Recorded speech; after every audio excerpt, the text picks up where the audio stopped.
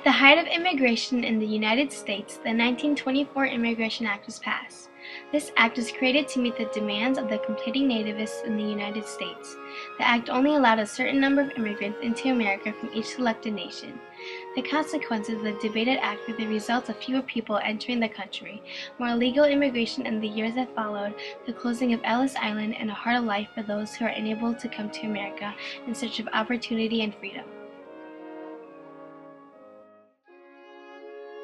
In the late 1800s and early 1900s, immigration in America was at one of its highest points. People from all over the world were immigrating to America. Most Americans received their arrivals with open arms. Soon, many of them had jobs.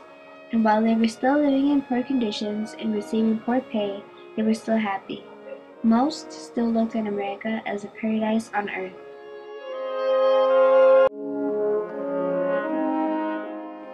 With the arrivals of so many immigrants, the United States grew instantly in population. In a single day, thousands of people were admitted into the United States, many of whom came through Ellis Island, a New York receiving station with most immigrants came through.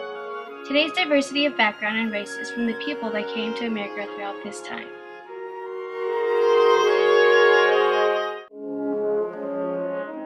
The main nationalities that came were people from Germany, Italy, Poland, Sweden, Austria, Hungary, Turkey, Armenia, Romania, Russia, Greece, the Caribbean, and many more. Today, 40% or more Americans can trace their ancestors to Ellis Island immigrants.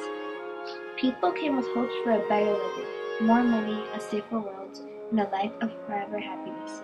But for this, there was a price. People would sometimes sell all they had just to get enough money for a passage to America in steerage class, the cramped lower quarter below the deck. But this seemed like a small price for paradise.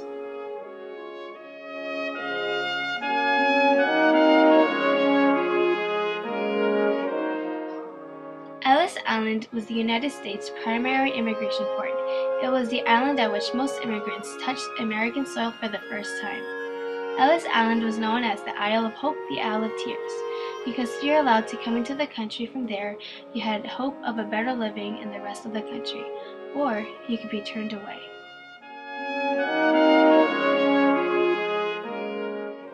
All immigrants knew about Ellis Island, and they feared it because they didn't want it to be an Isle of Tears for them. Ellis Island was where they would expect you to see if you were worthy enough to become American. That was the main source of fear for them, but it was still an exciting place to be that marked the beginning of a new life.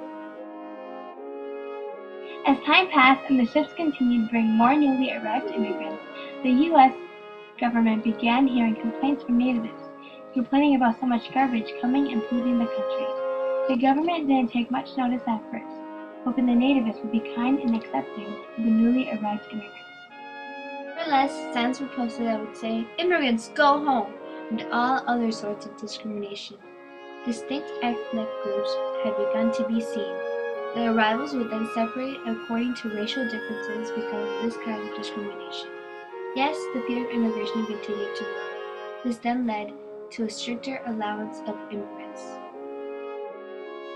The government's first attempt to lessen immigrants' arrival was forms of stricter inspection, but these only held back the immigrants on Ellis Island for more time and didn't limit the numbers entering. At times, they would make people return just for having a simple cough or cold, fearing it was a more serious matter, but really it was an excuse to turn people back.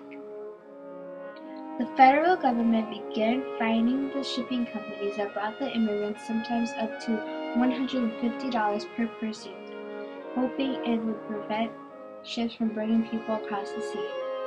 But this again didn't change much. Then they tested people even more and making tests to make sure they could read. They were intelligent, they weren't a threat. Some people even got them wrong because they didn't know what to think of about some questions they were asked for. Example, how many legs does a dog have?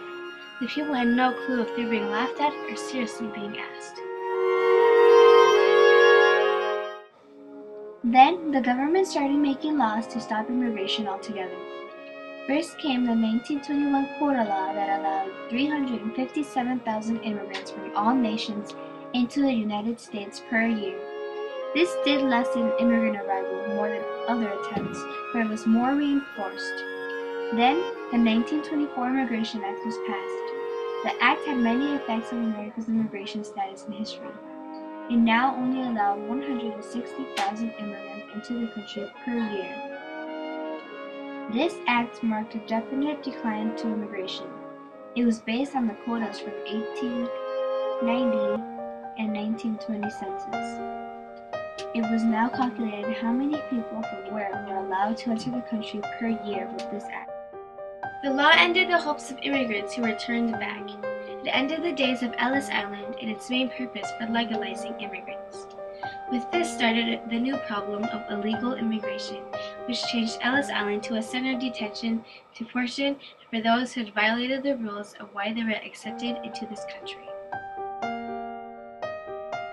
One of the new consequences of this act is the SB 1070 law, which I am sure many more will follow.